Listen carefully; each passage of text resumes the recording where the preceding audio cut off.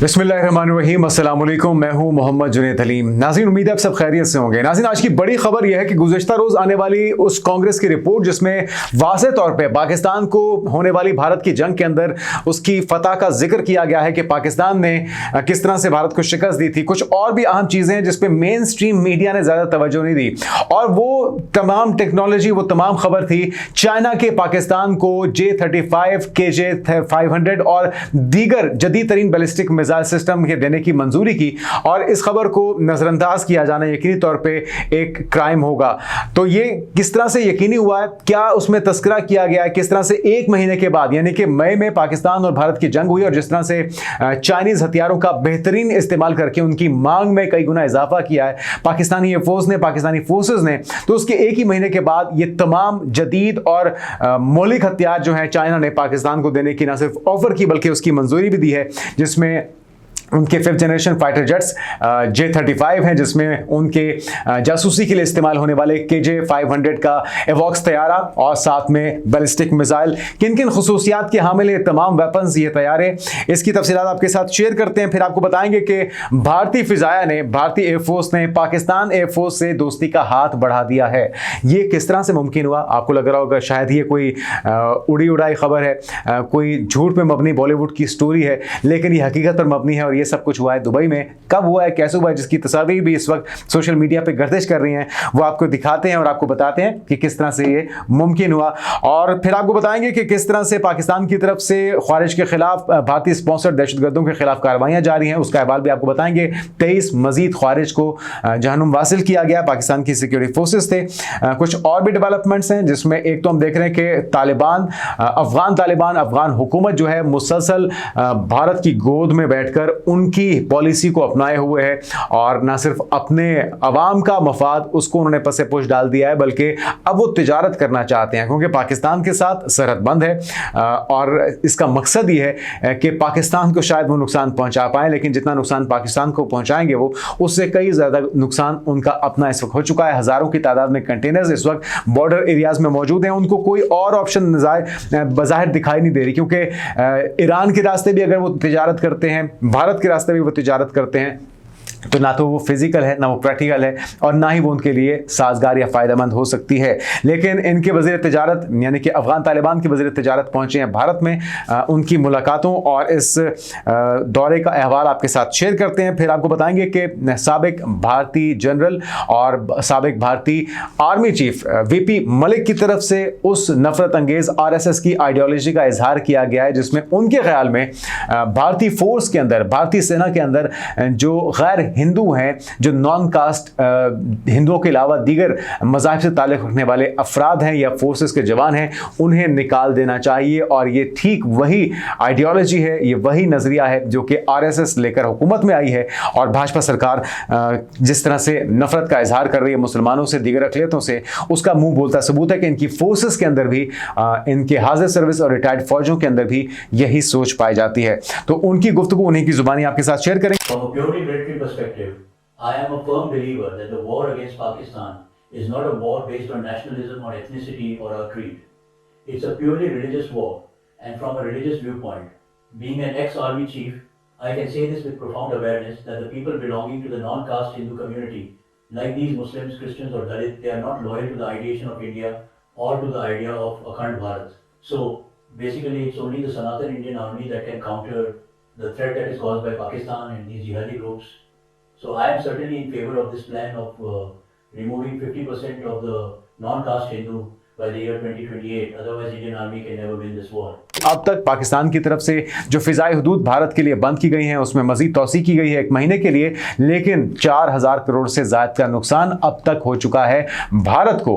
क्या हक़ाइक़, क्या तफ़सीलात सामने आई हैं, ये सारी खबरें एक एक करके आपके साथ शेयर करते हैं। सबसे पहले जो खबर है नाज़रीन, बहुत ही धमाकेदार है। अमरीकी कांग्रेस की तरफ से बहुत से ऐसी पहेलियाँ, ऐसी गुत्थियाँ सुलझाई गई हैं जिस पर अब तक भारत की तरफ से या गोदी मीडिया की तरफ से पर्दा डालने की कोशिश की जा रही थी, जिसमें सबसे काबिल ज़िक्र चीज़ तो यही है कि पाकिस्तान ने मई में होने वाली जो जंग थी उसमें काबिल जिक्र कामयाबी हासिल की है, और उसमें जो चाइनीज हथियार थे उनकी मांग में कई गुना इजाफा हुआ, क्योंकि पाकिस्तान की तरफ से, पाकिस्तानी शाहीनों और पाकिस्तानी एयरफोर्स की तरफ से उनका बेहतरीन इस्तेमाल किया गया है। तो खबर क्या है, सुन लीजिए। मई की जंग में पाकिस्तान की जानिब से चीनी हथियारों की कामयाब तरीन इस्तेमाल और नतीजतन दुनिया में उनकी धूम मचने के बाद चीन ने 2025 के जून के महीने में, यानी कि मई के एक महीने के बाद जून में पाकिस्तान को J-35 लड़ाका तैयारे, KJ-500 एयरक्राफ्ट और बैलिस्टिक मिसाइल डिफेंस सिस्टम फरोख्त करने की भी मंजूरी दी, जो अपने आप में एक गैर मामूली खबर है। तो मुख्तसरन आपको बताते हैं कि J-35 और KJ-500 किन खसूसियात का हामिल है, फिर बढ़ते हैं दीगर खबरों की तरफ। अगर बात की जाए दुनिया के 5th जनरेशन फाइटर जेट्स की, तो नाज़रीन 4 वो मुमालिक हैं जो कि अपने 5th जनरेशन फाइटर जेट्स रखते हैं, जिसमें एक तो है अमेरिका, जिसके पास F-35 हैं, ये टेक्नोलॉजी भी है, वो बना भी रहे हैं और अपने नॉन नेटो अलायंस को दे भी रहे हैं, जिसमें 2 मुमालिक हैं। एक तो है इजराइल, जिसके पास वो कोड्स भी मौजूद हैं जिसके जरिए वो उसको अपग्रेडेशन या उसको अपने इस्तेमाल में अपनी मर्जी के मुताबिक ला सकते हैं। दूसरा मुल्क है जापान, और साथ में जो बरतानिया है नाज़रीन, उसके पास भी ये टेक्नोलॉजी मौजूद है और वो भी F-35B अपने ही मकामी सतह पर तैयार कर रहे हैं। इसके अलावा नाज़रीन Russia Su-57 5th generation fighter jet बना रहा है, और चाइना नाज़रीन वो चौथा मुल्क है जो कि अपने पास ये टेक्नोलॉजी रखता है और वो अपने J-35 बना भी रहा है। जदीद तरीन फाइटर जेट्स हैं, किन खसूसियात के हामिल हैं, मुख्तसरन आपके साथ शेयर करते हैं। नंबर 1 तो ये कि मेन जनरेशन है ये और स्टेल्थ की सलाहियत रखता है, और इसके मुताबिक ये 5वीं जनरेशन का जदीद तरीन स्टेल्थ तैयारा है। मुतबादिल वर्जन इसके अंदर आते हैं। इसके अंदर एक तो है करियर बेस्ड और दूसरा है जमीन बेस्ड वर्जन, और इसको कहा जाता है J-35A, यानी कि ये एयरक्राफ्ट करियर से भी फ्लाई कर सकता है। इसको बड़ा रनवे नहीं चाहिए, ये जिस तरह हेलीकॉप्टर फ्लाई करता है एक ही जगह से, उसी तरह से फ्लाई और लैंड करने की सलाहियत रखता है। इसके अलावा इसके इंजन और वजन जो है लगभग 30 टन के करीब होता है, और ये मीडियम हैवी लड़ाका तैयारा इससे बनाता है। और इब्तदाई सर्विस और पैदावार जो है इसकी वो लगभग 2021 में शुरू हुई थी, और J-35A जो है उसकी पहली परवाज 2023 में हुई थी। इसी तरह से आर्मामेंट और नेटवर्किंग का जो इसके अंदर निज़ाम है, इसके ज़रिए ये रेडार सिग्नेचर कम रहे, वेपन बेस सलाहियत इसके अंदर मौजूद है, और इसको ये पहले से ज़्यादा मौसर और जदीद बनाता है जो पिछली जनरेशन के तैयारे थे। तो ये जदीद AESA रेडार और नेटवर्क वॉरफेयर की सलाहियत रखता है, यानी मुख्तलिफ दीगर प्लेटफॉर्म जैसे कि ज़मीनी दिफाई निज़ाम के साथ डाटा शेयर करने की सलाहियत भी रखता है। और भी इसकी बहुत सी खसूसियात हैं, लेकिन वक्त की कमी की वजह से हम आपको अभी ये सारी जो खसूसियात हैं वो नहीं बताएंगे, और अगर ये जिस वक्त पाकिस्तान को हैंड ओवर किए जाएंगे यकीनी तौर पर, तो इसकी तफसीलात और इसकी बाकी खसूसियात आपके साथ हम शेयर करेंगे। अभी बढ़ते हैं आगे और बताते हैं कि KJ-500 जो है वो किन खसूसियात का हामिल है। तो नाज़रीन ये एवॉक्स तैयारे हैं, ये एवॉक्स एंड कंट्रोल फिजाई निगरानी है, रेडार कवरेज, दुश्मन तैयारों ड्रोन्स की जदीद निशानदही और जल्द निशानदही और कमांड एंड कंट्रोल के लिए इसे इस्तेमाल किया जाता है। ये जो पीपल्स लिबरेशन आर्मी है या नेवी है, दोनों के ज़रिए इस्तेमाल होता है, जिसका 3rd जनरेशन एवॉक प्लेटफॉर्म बुनियादी तौर पर ये Y-9 ट्रांसपोर्ट एयरक्राफ्ट पर बनाया गया, और फिर ऊपर नस्ब डोम जो है ये इसके 360 डिग्री रेडार को लगाता है, और ये अपने चारों तरफ जो मालूमाती ज़राए हैं उनको कवर करता है और उन्हें अपने रडार पर शो करता है। साथ में इसे J-11, J-10, J-20 और दीगर लड़ाका तैयारों के साथ नेटवर्क करके ए बॉस के तौर पर इस्तेमाल किया जाता है।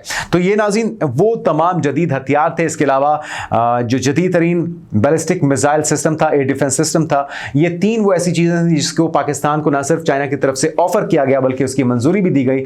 अब ये डिपेंड करता है कि उसकी टाइमलाइन क्या तय होती है और पाकिस्तान ये तमाम वेपन्स कब और कितनी तादाद में हासिल करता है। तो ये दावा किया जा रहा है अमेरिकी कांग्रेस की हालिया रिपोर्ट के अंदर, जिसमें पाकिस्तान के भारत से जंग जीतने के साथ साथ इन चाइनीज हथियारों के पाकिस्तान को डिलीवरी दिए जाने या फराहम किए जाने की खबर भी दी गई है, जिसकी वजह से इस वक्त खौफ का शिकार हो चुका है भारत और उस पर हैबत तारी हो चुकी है। वो पाकिस्तान जो J-10C के जरिए, थंडर के जरिए उनके राफेल को गिरा सकता है, उनके तेजाज को गिरा सकता है, उनके सुकोई को गिरा सकता है। तो जब पाकिस्तान के पास J-35 आ जाएंगे तो फिर कैसा तहस नहस करेगा उनकी आर्मी को, उनकी नेवी को और उनकी एयरफोर्स को, इसका अंदाज़ा लगाना मेरे ख्याल में ज़्यादा मुश्किल नहीं होगा।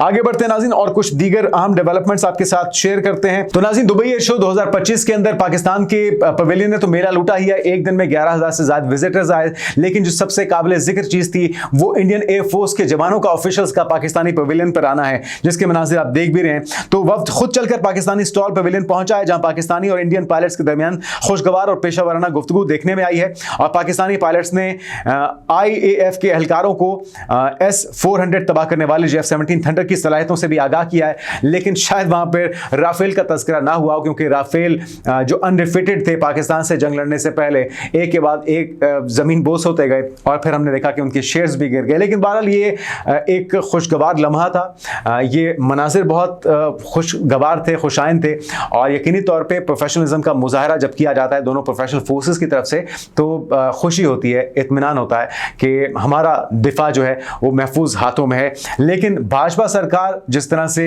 जंग में झोंकने पर तुली हुई है, इसके बावजूद कि उनके सर्विसेज चीफ्स भी नहीं चाहते पाकिस्तान से लड़ाई करना, और जिस तरह से AP सिंह को भी हमने देखा कि ना चाहते हुए भी 4 महीने के बाद उन्हें मीडिया के सामने धकेला गया कि भाई तुम भी दावा करो, वो इतने बड़े बड़े दावे कर रहे हैं, अमेरिकी सदर इतने बड़े बड़े दावे कर रहे हैं, तो तुम भी जाके कुछ लंबी लंबी छोड़ो, जिस तरह से बॉलीवुड की मूवीज में छोड़ा जाता है। तो उन्होंने कोशिश तो की, लेकिन सिवाय शर्मिंदगी के उनके हिस्से में कुछ भी नहीं आया। तो बहरहाल एक बड़ी डेवलपमेंट है, और ये खुशगवार लम्हात जो थे वो कैमरे की आंख ने ना सिर्फ फिल्म बंद की है, बल्कि पूरी दुनिया ने उसे रिपोर्ट भी किया है। आगे बढ़ते नाज़रीन, और हम देख रहे हैं कि एक बड़ी कार्रवाई पाक बहरिया की, जिसमें स्मगलिंग को रोका गया है। ये 1 से 2 महीने के अंदर तीसरी बड़ी कार्रवाई है जो पाकिस्तान नेवी ने सर अंजाम दी है। खबर यह नाज़रीन कि पाक बहरिया ने बहरा अरब में इंसदाद मनशियात की एक बड़ी कार्रवाई करते हुए $130 मिलियन मालियत की मेथाम्फेटामाइन आइस यानी कि जब्त कर ली है, जो कि यूथ को और पाकिस्तानी अवाम को यह जहर झोंका जाना था, पिलाया जाना था, और बर वक्त कार्रवाई करते हुए इसे नाकाम बनाया गया है। यह कार्रवाई पाक बहरिया के जहाज PNS तबूक ने रीजनल मैरीटाइम सिक्योरिटी पेट्रोल के दौरान कंबाइंड मैरीटाइम फोर्सेस के तहत सऊदी अरब के ज़ेरे क़यादत टास्क फोर्स CTF 150 की मावनत में अंजाम दी है, जिसमें 2000 किलोग्राम से ज़ायद मेथाम्फेटामाइन कब्जे में ली गई, जिसकी इलाकाई मार्केट में जो मालियत है वो तकरीबन $130 मिलियन अमेरिकी बनती है। तो इस वक्त हमारी नेवी जो है वो मुतहरिक है। तो जितने भी ये ड्रग डीलर्स हैं, उन्हें सोच समझ के अपना इकदाम करना चाहिए कि हम दुश्मन को नहीं भटकने देते अपने समुद्रों में, तो ये किस तरह से ड्रग्स को अपनी जगह पे पहुंचा पाएंगे या डिलीवरी से इसकी यकीनी बना पाएंगे। और वैसे भी हमारे जो समुद्री हुदूद हो, हमारी फिजाई हुदूद हो या हमारी ज़मीनी हुदूद हो, उस पर कड़ी और सख्त निगरानी और पहरादारी हमारी फोर्सेस की तरफ से 24 घंटे दी जा रही है। किसी भी ऐसी शरारत के पेश नज़र जो कि भारत करने के लिए मुकम्मल पर तोल रहा है, लेकिन उसको मौका नहीं मिल रहा, तो जब उसको मौका नहीं मिल रहा तो इन ड्रग डीलर्स को कैसे मौका दिया जाएगा। आगे बढ़ते नाज़रीन, आपको खबर देते हैं कुरम में फोर्सेस की कार्रवाई, फितनल ख्वारिज के 23 मजीद जो दहशतगर्द थे उन्हें ठिकाने लगाया गया है। ISPR के मुताबिक बताया गया कि 19 नवंबर को टारगेटेड ऑपरेशन में ख्वारिज की पोजीशन को मौसर अंदाज में निशाना बनाया गया, और साथ में खैबर पख्तूनख्वा का जिला कुरम है, जहां पे बताया गया है कि अलग अलग कार्रवाइयों में 20 से ज्यादा दहशतगर्द मारे गए हैं। एक कार्रवाई में शदीद फायरिंग के तबादले में 12 ख्वारिज, जबकि खुफिया इतला पर दूसरी कार्रवाई में 11 ख्वारिज को जहन्नुम वासिल किया गया है। लेकिन इससे बड़ी खबर यह है कि तालिबान जो कि मुसलसल अपना नुकसान कर रहे हैं, अपने ताजरों का नुकसान कर रहे हैं, अपनी आवाम का नुकसान कर रहे हैं, अब एक बार फिर से उनके वज़ीर तिजारत जाकर भारत की गोद में बैठ गए हैं। तो खबर क्या है ज़रा सुन लीजिए। और ये 40 रोज से ज़ायद हो चुके हैं, गाड़ियों की लंबी कतारें सरहदों पर लगी हुई हैं, लेकिन इससे इनको सबक नहीं मिला।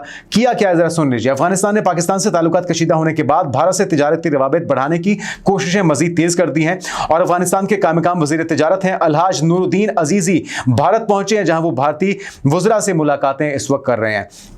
अफगान वज़ारत तिजारत के मुताबिक नूरुद्दीन अजीज़ी भारतीय ताजरों और सरमाकारों से भी मुलाकातें करेंगे। मुलाकातों का मकसद अफगान भारत माशी ताउन में तोसी, तिजारत ताल्लुकात आसान करना और अफगान भारतीय मुश्तरका सरमाकारी के मौके पैदा करना है। लेकिन 40 रोज से ज़ायद जो यहाँ पे तिजारत बंद है, ज़रा सुनिए उसके असरात। पाक अफगान सरहद की बंदिश के बायस चमन में बाब दोस्ती, खैबर में तुरखम और शिमाली वज़ीरिस्तान में गुलाम खान, जनूबी वज़ीरिस्तान में अंगोरडा और कुरम में खुरलाची बॉर्डर बंद होने पर इस वक्त अरबों रुपए का नुकसान हो चुका है। और लेविस हुकाम के मुताबिक सिंध, पंजाब और बलूचिस्तान में गैर कानूनी मुकीम अफगान बशिंदों का बाब दोस्ती से इनखला जारी है। तुरखम में तिजारती गुजरगाह बंद होने से गाड़ियों की लंबी कतारें लग चुकी हैं, और जनूबी वज़ीरिस्तान में अंगुरडा और जिला कुरम में पाक अफगान सरहद खुरलाची की भी जो बंदरगाह है, जो क्रॉसिंग है, वो माल बरदार गाड़ियों से इस वक्त भर चुकी है। हज़ारों की तादाद में कंटेनर्स खड़े हुए हैं, लेकिन पाकिस्तान की तरफ से मैसेज बड़ा वाज़ेह दिया जा चुका है कि दहशतगर्दी की कीमत पर हम ये ट्रेडिंग ट्रेडिंग नहीं होने देंगे और इससे जितना नुकसान अफगानिस्तान को हो रहा है उससे ज़्यादा फ़ायदा पाकिस्तान को हो रहा है कि हमारी यहाँ से स्मगलिंग बंद हो जाएगी, यहाँ पे दहशतगर्दी बंद हो जाएगी और पाकिस्तान पहले से ज़्यादा महफूज होगा अगर हमारी ट्रेडिंग अफगानिस्तान से रुक जाती है।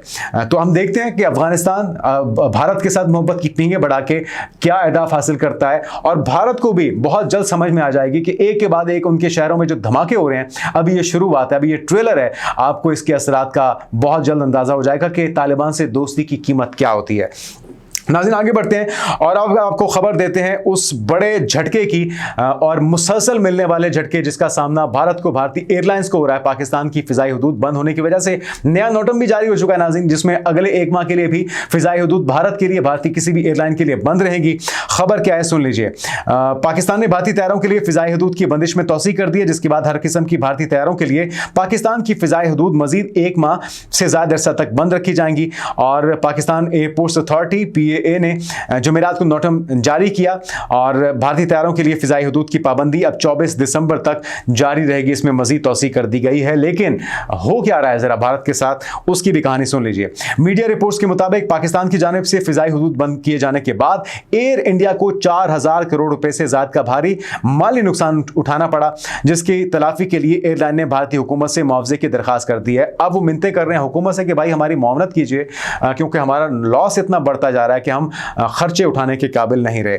जबकि मजीद नुकसान से बचने के लिए चीन की फिजाई हदूद इस्तेमाल करने की इजाजत भी मांगी गई है। अब चीन के मिन्नतें तरले किए जा रहे हैं, लेकिन हालात वहां भी खराब हैं, वहां पे भी आंखें दिखाते हैं। और वहां के जो हम देखते हैं कि लद्दाख हो या दीगर सरहदी इलाके हों, वहां पे इनकी आए रोज जो तलखियां हैं, जो लड़ाइयां हैं, उसकी वजह से चाइना भी इनसे तंग है। तो मुश्किल है कि चाइना की तरफ से भी कोई ग्रीन सिग्नल दिया जाएगा।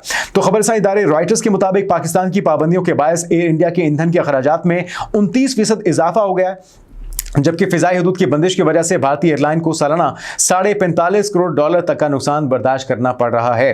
फिजाई हदूद की बंदिश की वजह से अमेरिका, कनाडा, यूरोप के ये एयर इंडिया की परवाजें तवील रूट्स इख्तियार करने पर मजबूर हैं, जिससे अखराजात में इनके नुमाया इजाफा हो चुका है। और नुकसान कम करने के लिए एयर इंडिया ने चीन से संकियां की फिजाई हदूद खोलने की दरखास्त की और इस सिलसिले में लॉबिंग भी शुरू कर दी है। तहम चीनी दफ्तर खारजा ने भारत की दरखास्त से लाइलमी का इजहार किया और माहिरीन के मुताबिक 4000 करोड़ रुपए से ज्यादा के नुकसान के बावजूद भारत की अफगानिस्तान के फिजाई रास्तों से तिजारत नाकाबिले अमल और मजे का खेज होगी। तो यह है पाकिस्तान से दुश्मनी या पाकिस्तान से पंगा लेने का नतीजा, लेकिन अभी ये शुरुआत है। अभी आगे आगे देखिए होता है क्या। और अफगान तालिबान को भी अगर शौक पूरा करना है, दोनों को बल्कि अगर ये शौक पूरा करना है। और हम देख रहे हैं ये ट्राइका है, जिसके अंदर पहले नजरियाती कजन, एक तो इजराइल, दूसरा भारत, और अब इनके साथ मोहब्बत की पेंगे बढ़ा रहा है अफगानिस्तान। तीनों के जो ट्रैक रिकॉर्ड है वो ये बताता है कि ये किसी के दोस्त नहीं है और ये किसी के भी अपने इवन दोस्त के भी पीठ में छुरा घोंपने के पुराने आदी हैं। जो इनसे दोस्ती करता है ये उसे पीठ में छुरा घोंपते हैं। तो हम देखते हैं कि इनकी दोस्ती कितनी दूरस होती है। और तालिबान जो इस गैर फितरी इत्तेहाद का हिस्सा बन रहे हैं, अगर वो अपने अवाम इस खित्ते का मफाद नहीं सोचेंगे या उसके अमन को तबाह करने की कोशिश करेंगे, तो फिर हम देख रहे हैं कि रूस की तरफ से एक ऑफर सामने आई है। दीगर ममालिक की तरह, जिस तरह हमने देखा कतर ने, टर्की ने कोशिश की, मसालियत की, मुज़ाकरात की, और इन सारी कोशिशों को पर पानी फेरा गया अफगान तालिबान की तरफ से। चाइना की तरफ से भी कोशिश की गई और हाल ही में अब गुज़िश्ता रोज़ जो बयान आया है रशिया की तरफ से, रशिया ने कहा है कि पाकिस्तान और भारत के दरमियान जो तलखी है, पाकिस्तान और अफगानिस्तान के दरमियान जो हालात ख़राब हैं, इन दोनों ममालिक के साथ हालात की बेहतरी के लिए रशिया अपना किरदार अदा करने के लिए तैयार है। बहरहाल ये एक खुशाइन चीज़ है, क्योंकि रशिया का सुरसूख इन दोनों ममालिक पर है। जो भारत है वो हथियार ख़रीदता है, तेल ख़रीदता रहा है रशिया से। तो हम उम्मीद करते हैं कि रशिया का जो कोशिश है वो कारगर साबित होगी और होश के नाखून लिए जाएंगे। साथ में नाज़रीन एक और बड़ी डेवलपमेंट सामने आ रही। गुज़श्ता रोज़ हमने देखा कि हाइपरसोनिक मिसाइल से हमले किए गए हैं रशिया की तरफ से यूक्रेन पर, और ख़बर यह भी है कि डोनाल्ड ट्रंप की तरफ से अब ये कोशिश की जा रही है कि एक अमन मुआहिदा, गजा अमन मुआहिदे की तरह का एक और अमन मुआहिदा तय होने जा रहा है, जिसके लिए इस वक्त जो नुकात हैं वो ज़ेरे गौर हैं। 28 से 29 नुकात पर मबनी ये पीस पैक्ट होगा, ये अमन मुआहिदा होगा, जिसमें रशिया और यूक्रेन के दरमियान वो जंग रुकवाने के लिए इस वक्त कोशिश करने में ना सिर्फ इतने करीब पहुंच चुके हैं, बल्कि ये तवक्को की जा रही है कि इसमें दोनों ममालिक को अगर एग्री करवा लिया जाता है तो ये एक और बड़ी पेशरफ्त होगी। डोनाल्ड ट्रंप जो कि पहले ही क्लेम करते हैं कि वो 8 जंगें रुकवा चुके हैं, लेकिन अगर वो यूक्रेन और रशिया के दरमियान अमन को यकीनी बना लेते हैं और दोनों इस इत्तेफाक करते हैं, दोनों इस अमन मुआहदे पर इत्तेफाक करते हैं, तो इसे एक बहुत बड़ी पेशरफ्त करार दिया जा सकता है। इससे मुतल्लिक आने वाले दिनों की पेशरफ्त से आपको आगाह करते रहेंगे। अब तक के लिए इतना ही। अपना ख्याल रखिएगा। अल्लाह हाफिज़।